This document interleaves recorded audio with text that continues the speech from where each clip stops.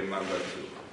The situation in our region is unfortunately deteriorating, and you see what is happening around us, and we see Belarus just swallowed into the Russian Federation, and we see that Belarus is becoming additional threat, additional factor of insecurity in the region. So this is the reason why we ask the NATO, we ask our strongest ally, United States, to pay a consistent attention to the security of our region. And I think the NATO summit, which takes place in Vilnius, in absolutely near proximity to adversary countries, this is symbolic event. Symbolic, but also at the same time, this is a great opportunity to take the bold decisions, and we expect that they will be done. This is very important to mention that we already have this Vilnius meeting as historical one, even before it started, because the membership of Sweden is already on the table, and I think we will welcome the 32nd member of NATO very soon. We have regional defense plans approved, and now it's important that they become executable by the end of this year, with repositioning, with assigned forces.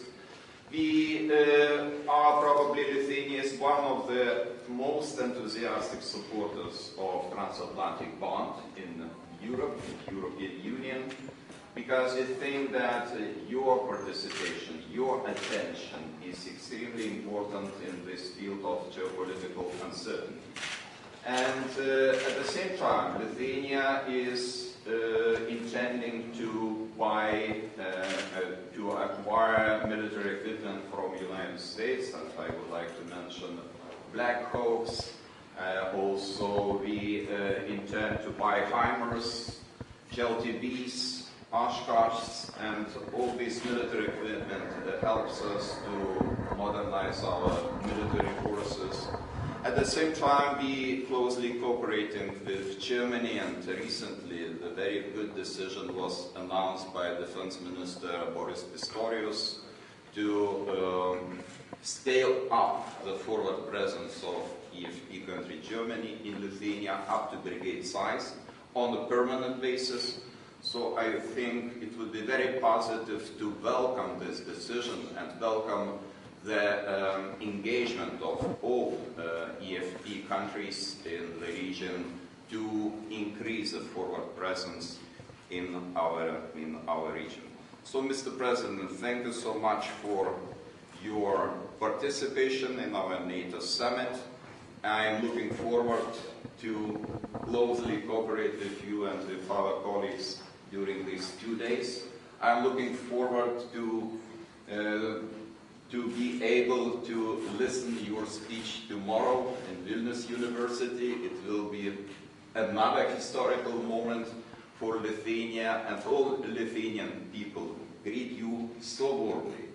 Even Vilnius, you see, it's a little bit empty right now, but this is because of security restrictions, and some people decided to leave the city just to avoid some inconveniences. But you know, in our hearts, from bottom of our hearts, we welcome your visit, we welcome your arrival, and we are looking forward to cooperate with the United States in the future. Well, Mr. President, thank you for the welcome. Thank you, team, as well. You know, it's great to be back in Vilnius. I was here in 2014 as Vice President, shortly after the Russian invasion of Ukraine, the first time. And at the time talked about what I thought Russia was like to continue to do. Some people were somewhat skeptical of my judgment at the time. And unfortunately it turned out to be accurate. And the United States is here today to reaffirm our commitment to NATO, but also to Vilnius. Look, we go back a long way, and when we were committed to Lithuania and to the Baltics and to NATO. I remember, you may recall, when we were having a debate in the United States Senate about enlarging NATO, and I was arguing very strongly the Baltics should all be part of NATO. And we've been very, very added value. pledge to be with you has not wavered. It didn't take us long to get thousands of troops here when Russia invaded the second time.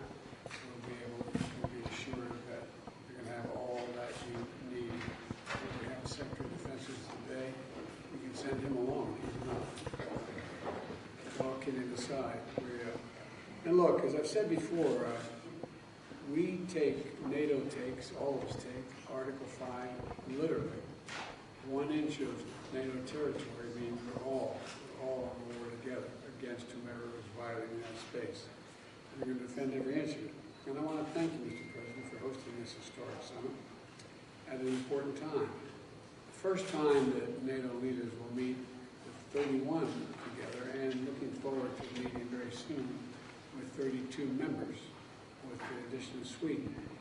The leader of Sweden was just in my Oval Office not long ago, and we were hoping this would occur when it did, and I'm confident we'll get that done today. And in the coming days, we're also going to discuss a range of issues, how to strengthen NATO's eastern flank and modernize NATO's deterrence and defense capabilities.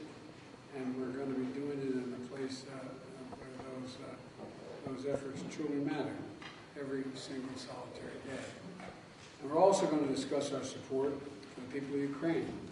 And I want to thank you for your partnership and leadership as we take on this challenge together. So I look forward to our conversation today and to continuing to stand with you and all the people of Lithuania for a simple reason: shared values, and the same value set.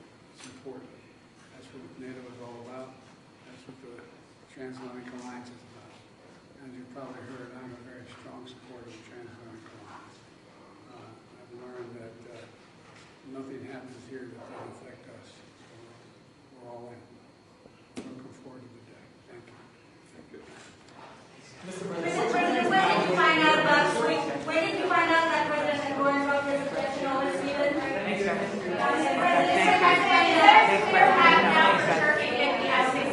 Thank you.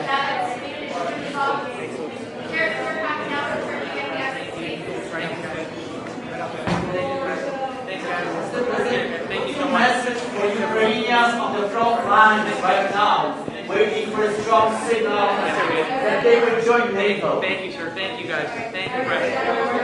Thank you, guys. Thanks, Press. Thanks, Press.